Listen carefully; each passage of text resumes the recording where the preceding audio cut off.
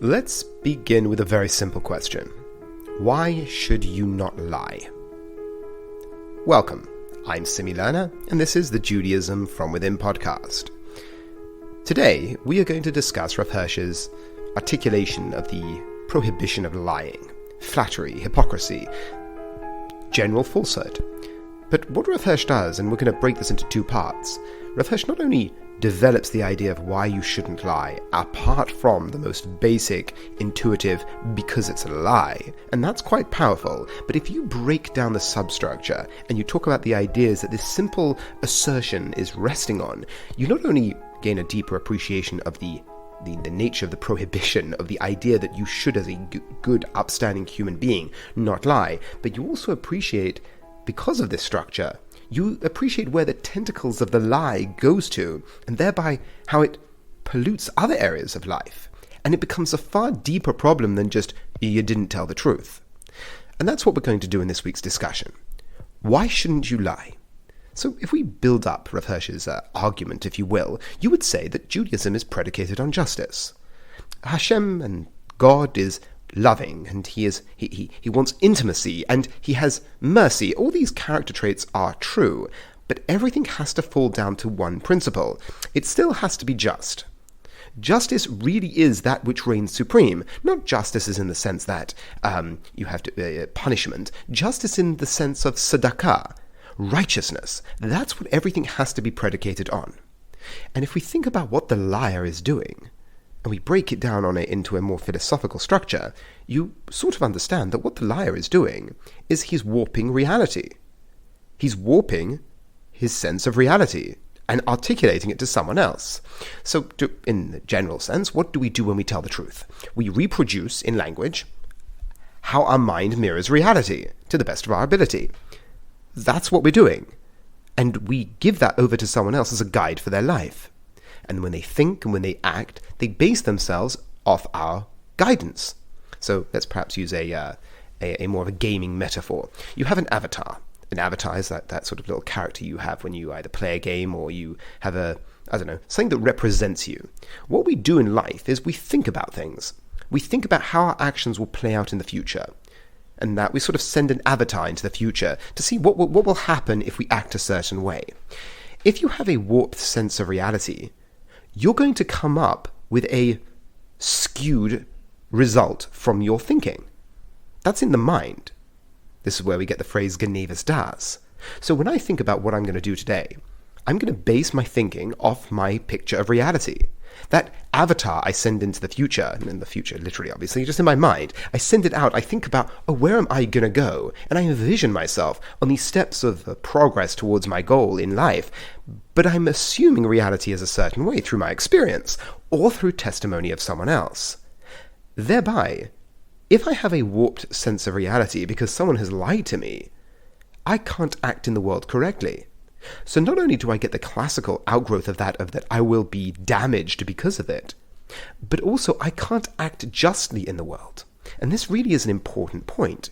Your ability to act with righteousness in the world, with justice in the world, you need to know the world. Thereby, if someone's given you a warped sense of reality, you can't act justly. And this obviously branches out into so many other areas of our relationship with Hashem and the world. You have to know the world to act in the world. There was I'm not exactly sure if this was his point directly, but it was an interpretation on Torah im Derech Eretz. It was a discussion with, I think it was Rabbi Yechiel Yaakov Weinberg, in the idea of what is Torah im Derech Eretz, and what do we experience first? We experience the Derech Eretz of the world, we experience reality, and then we impose upon it Torah.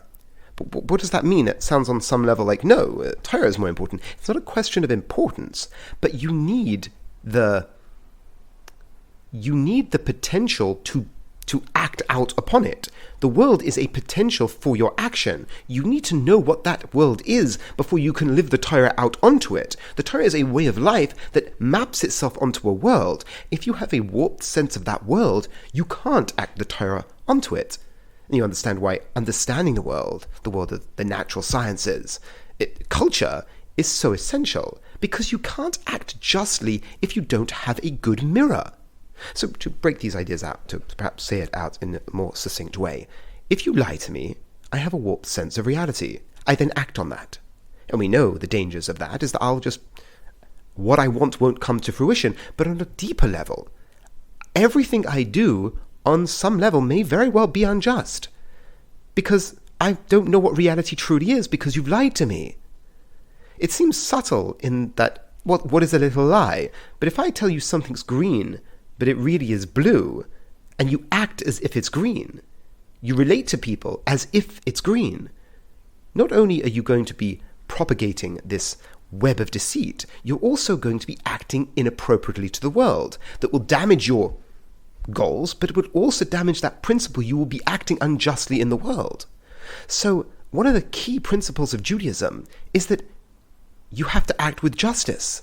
You have to act with justice in the world, and you can only do that if you have a correct sense of reality. Rav Hirsch uses the metaphor of a thief. If a person steals and a person lies, who's worse? Perhaps it's not an ideal question because it all depends on context, but in a way the liar is far worse. Because what does the liar do? The liar steals life. When I steal from you things, I steal the means to life. I steal your ability to change the world through your means. You have means at your disposal, I take them away. Okay, but a liar takes life away. I take your very perception of reality away.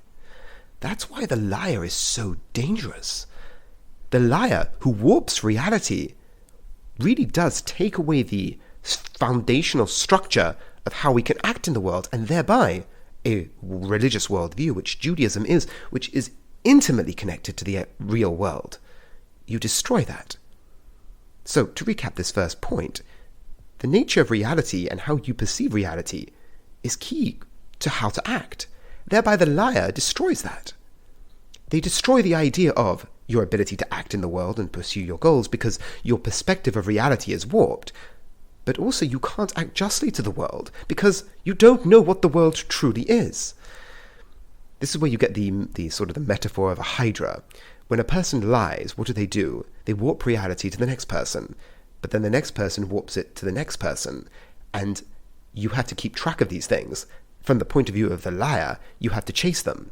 You have to chase your lies, because if you don't chase your lies and remember where you've lied, you'll get caught.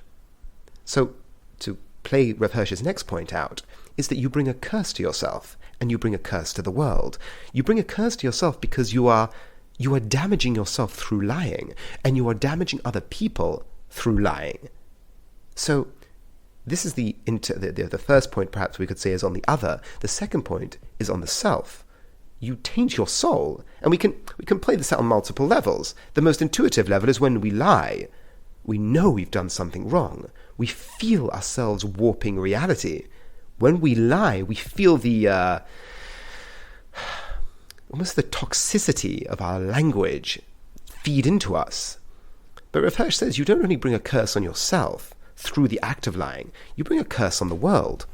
Because, as we said before, you're warping the world. Thereby, you will not be a blessing to the world, you'll be a curse. A curse not in the hex sense of the word, but you will allow people to act and cause destruction. So we have the expression of a lie onto another. We have the expression of the lie onto the self. We have the expression of the lie onto the world itself. And just to play onto this self part, when you lie, what could we mean by you weaken yourself? When you lie, you recognize you could have taken a stand, but you've decided that through warping reality, there's an aspect of cowardice there. Through warping reality, you think you can get away with something. You think you can manipulate the world to your advantage, rather than facing, that's why we use the language, you face the truth, because facing the truth calls bravery. When I flatter someone, and we'll develop this in more detail next week, when I flatter someone, in a way, I'm not facing the truth. And when you act like a coward, you get weakened. You get more used to it, and you become a weaker person.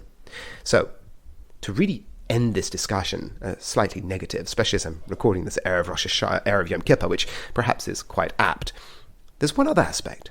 Any sin, Rav Hirsch says, is also predicated on a lie. Because whenever we act wrongly, on some level we think of a justification. if we are called to task. If we were called to task, we would say, I would say this. I would justify it like this. I would get around it like that. So Rav Hirsch sees every sin also predicated on a lie. And it's interesting to see how this idea of a lie is so foundational to the good. Because if a person distances themselves from lies, and that's the language we have, you're supposed to distance yourself from a lie. Whether you can fully eradicate it is another question, but being aware of its danger motivates the distance that you need to be a good person.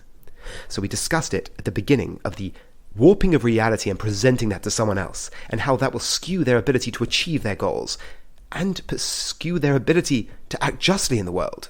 We spoke about how it reflects to you and how it weakens you as a person. It taints your very soul. And that's the language Rav Hirsch uses, and what I love so much about that is that you feel it. There's something about you that wants to tell the truth, and when you don't, you feel you get weakened through it. And the more you do it, the more the language people use, you get addicted to it. And lastly, the root of all sin is the thought, on some level, I will be able to justify this. And that too is a lie. So, on that note, part 1 of a lie, and we just develop the basic foundational ideas. Now we're going to branch it out to the other areas within Judaism that the lie takes hold, what it does, and why it's wrong. Have a wonderful week and a wonderful Yom Kippur.